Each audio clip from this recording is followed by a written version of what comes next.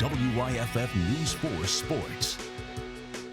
I want nothing more than to see you come on stage, give the speech you were meant to give me a hug, and tell me you love me one last time. But that isn't our reality, and I know that his athleticism and talent made him extraordinary enough to make it into the hall, but it is his passion and heart that make him truly legendary. An emotional moment at last night's Pro Football Hall of Fame induction in Canton, Ohio. Welcome back to sports. I'm Alex Ramsey. Linebacker Junior Seau's daughter, Sydney, with a touching tribute to her late father. More on tonight's Hall of Fame game in just a moment. And Media Day down in the capital city for the South Carolina Gamecocks. The players and coaches smiling for the cameras, cheesing hard there at Williams-Brice Stadium. The Gamecocks will resume practice tomorrow morning. And head coach Steve Spurrier also gave his State of the Team address today. And after saying Connor Mitch had an edge in the quarterback competition after Saturday's practice, the head ball coach now says the QB race is still even. Right after the scrimmage, I sort of thought maybe Connor Mitch had played a little bit better, but after watching the tape, they were all very, very close. They were all very similar statistically, like they've been ever since the spring practice, and now they're statistically all very close. But it'll work its way out. So said wide receiver Pharaoh Cooper will sit out the next couple of practices to heal an injured hand and bruised knee. Clemson also taking a day off from the practice fields. They'll suit up bright and early for a Monday morning practice. The team will not have head coach Dabo Swinney, though, at practice. He left the team on Saturday to be with his family in Alabama after his dad passed away. Coordinators Brent Venables, Jeff Scott, and Tony Elliott will be in charge of Tigers practice tomorrow. Swinney is expected to rejoin the team Tuesday evening, and our thoughts and prayers are certainly with him and his family. After a day off, the Carolina Panthers are back on the practice fields at Wofford College this afternoon. Wide receiver Kelvin Benjamin's role has changed in just his second training camp with the Panthers. 12-year vet Jericho Cotchery recently tabbed the second-year wideout, the lead dog of the Panthers receiver corps. Benjamin, coming off a 1,000-yard rookie campaign, now looking for a Pro Bowl-type season as Cam Newton's #1 target.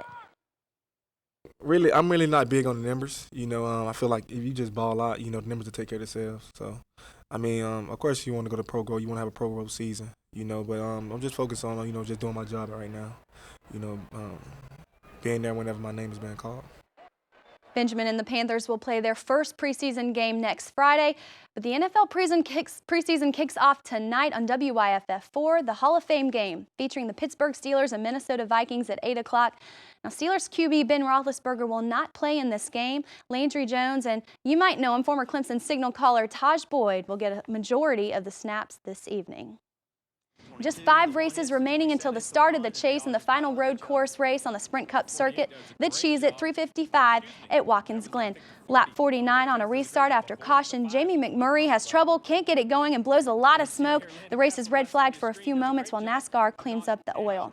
Lap 61 on the restart, Kevin Harvick takes the lead from Matt Kenseth, but not for long. Watch this, final lap. Harvick leads all the way into the last turn where he runs out of gas, and Joey Logano swoops by him to take the checkers. Harvick coasts into third. Logano completes the weekend sweep at the Glen. I felt pretty sure the 4 was going to run out, and then it got to the last lap. I'm like, shoot, he's not running out, so this might not work out for us. But he, right at the end there, was able to get by him. Makes up for last week. We lost the race this way, and now we won one this way. With his second-place finish today, Kyle Busch has now qualified for the chase. The circuit heads to Michigan next weekend. The Atlanta Braves taking on the Miami Marlins today. Shelby Miller on the bump for the Braves. Miller winless in his past 14 starts coming into today. This game making that number 15. Marlins pitcher Brad Hand surrendering just 2 hits, giving the Marlins the 4-1 win. We'll have highlights of that game tonight at 11. Former Clemson Tiger Ricky Schaefer honored for the second time this season on Sunday. The Tampa Bay Ray breaking a 3-all tie in the 7th inning to hand the New York Mets a second straight loss, 4-3. And former South Carolina Gamecock and Boston Red Sox outfielder Jackie Bradley Jr. drove in a career-high 5 runs to power the Red Sox to a 7-2 victory over Detroit.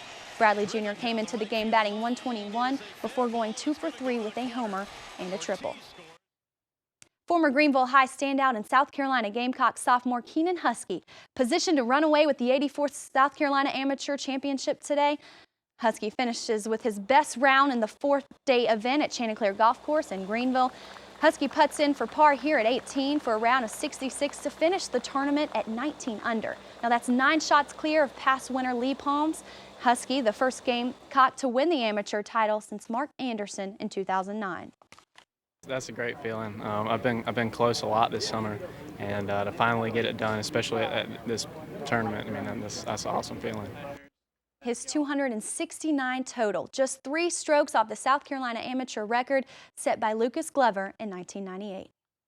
That's it for sports. We're back with more news right after this.